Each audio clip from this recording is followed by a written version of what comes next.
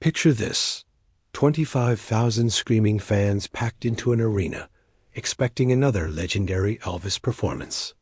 The king himself stands center stage, microphone in hand, with that mischievous smile that made millions swoon.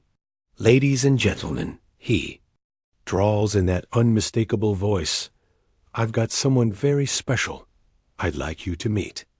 The crowd erupts, but nothing, absolutely nothing, could have prepared them for what happened next. In one electrifying moment, Elvis Presley was about to create music history and leave an entire arena speechless. What unfolded that night would become one of the most talked about surprise appearances in rock and roll history. A moment so unexpected that even seasoned music journalists struggled to find the words to describe it. The year was 1973, and Elvis Presley was at the height of his comeback glory. His Las Vegas residency had redefined what it meant to be an entertainer, and his touring shows were breaking attendance records across America. But on this particular night in Memphis's hometown, something felt different. The atmosphere was electric, charged with an anticipation that seemed to go beyond the usual pre-show excitement. Behind the scenes, Elvis had been planning something unprecedented for weeks. He'd made mysterious phone calls, held secret meetings, and even sworn his band members to secrecy about what he called the surprise of a lifetime. Colonel Parker, his notoriously controlling manager, was reportedly left in the dark about the evening's special plans, a rare occurrence. That should have been the first clue that something monumental was brewing. The crowd that night was a mix of longtime Elvis devotees and curious newcomers, drawn by rumors that this show would be unlike anything anyone had ever seen.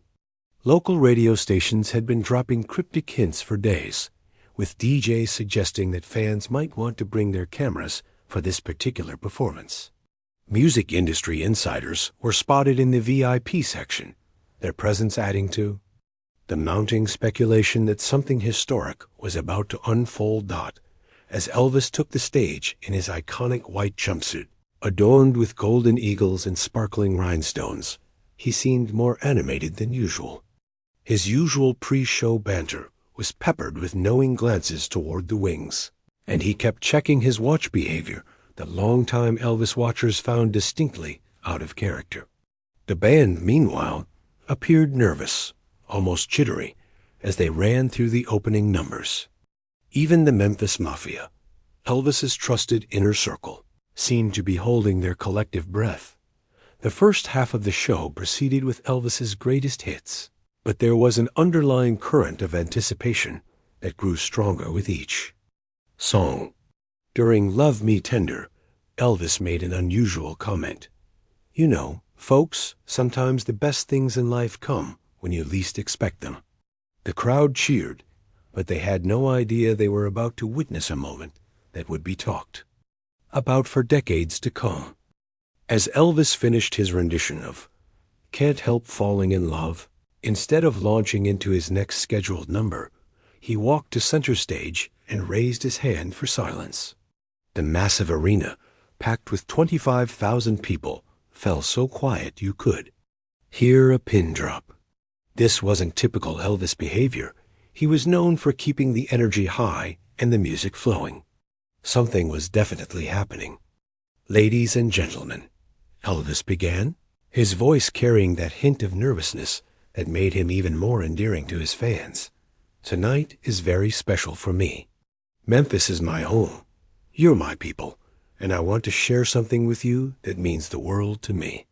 The crowd began to murmur with excitement, some shouting encouragements, others simply holding their breath in anticipation. Elvis turned toward the wings and nodded. "I'd like to bring out someone who's been watching from backstage, someone who taught me everything I know about music, about life, and about treating people right." The spotlight followed his gesture, and slowly a figure began to emerge from the shadows. At first, it was just a silhouette, but as the person stepped into the light, a collective gasp rose from the audience. It was Vernon Presley, Elvis's father, but this wasn't just a family appearance. Vernon was carrying a guitar, and those who knew Elvis's history understood the profound significance of this moment. Vernon had been the one to buy Elvis his first guitar, against young Elvis's wishes for a bicycle, a decision that changed the course of music history. But Vernon had never performed publicly with his son. Despite being a talented musician in his own right. The silence stretched for what felt like an eternity, before someone in the crowd shouted, "We love you, Vernon." This broke the spell, and suddenly the entire arena was on its feet, cheering not just for Elvis, but for the man who had made Elvis possible. Tears were visible in Elvis's eyes as he embraced his father, and the raw emotion of the moment was palpable throughout the venue. This wasn't just a concert anymore. It had become something far more intimate and meaningful. What happened next transcended entertainment and entered the realm of pure magic. Elvis handed his father a microphone and said, "Daddy, would you sing with me tonight?" Vernon, clearly emotional but determined, nodded and stepped up to the second microphone that roadies had quickly set up. The band, apparently in on at least part of the surprise, began the gentle opening chords of "That's When Your Heartaches Begin," one of the first songs Elvis had ever recorded, and one that Vernon had sung to him as a child. The duet that followed was unlike anything the audience had ever witnessed. Vernon's voice, weathered but warm, blended beautifully with Elvis's powerful vocals, creating a harmony that spoke of shared genetics and shared experiences. It wasn't technically perfect. Vernon was nervous, and his voice occasionally wavered, but it was emotionally perfect. Here were father and son, sharing their love of music with the world, and the authenticity of the moment was overwhelming. As they sang, childhood photos of Elvis and Vernon appeared on the backdrop screens, images that most fans had never seen before. There was young Elvis with his first guitar, Vernon teaching him chords on the front porch of their Tupelo home, and family gatherings where music was always the centerpiece. The visual montage added layers of meaning to the performance, transforming it from a simple song into a multimedia experience that told the story of the Presley family's musical journey. The audience was completely captivated. Many were crying openly, moved by the raw emotion and the rarity of what they were witnessing. This wasn't a polished Vegas show or a carefully choreographed performance. This was real life unfolding on stage, and everyone in the arena seemed to understand that they were part of something historic. Phone cameras weren't common in 1973, but those who had brought cameras were snapping pictures frantically, knowing they needed to document this unprecedented moment. When the song ended, the silence lasted for nearly 10 seconds before the applause began. It started as a rumble and built into a thunderous ovation that seemed to shake the very foundations of the building. Father and son embraced again, and Elvis whispered something in Vernon's ear that made the older man smile through his tears. The love between them was evident to everyone present, and the audience felt privileged to witness such an intimate family moment. The aftermath of that night's performance created ripples that extended far beyond the Memphis arena. Within hours, news of the father-son duet had spread across the country, with radio DJs interrupting regular programming to share eyewitness accounts from audience members. Music journalists who had dismissed Elvis as a Vegas showman were forced to reconsider their assessments, recognizing that they had witnessed something that transcended typical entertainment categories.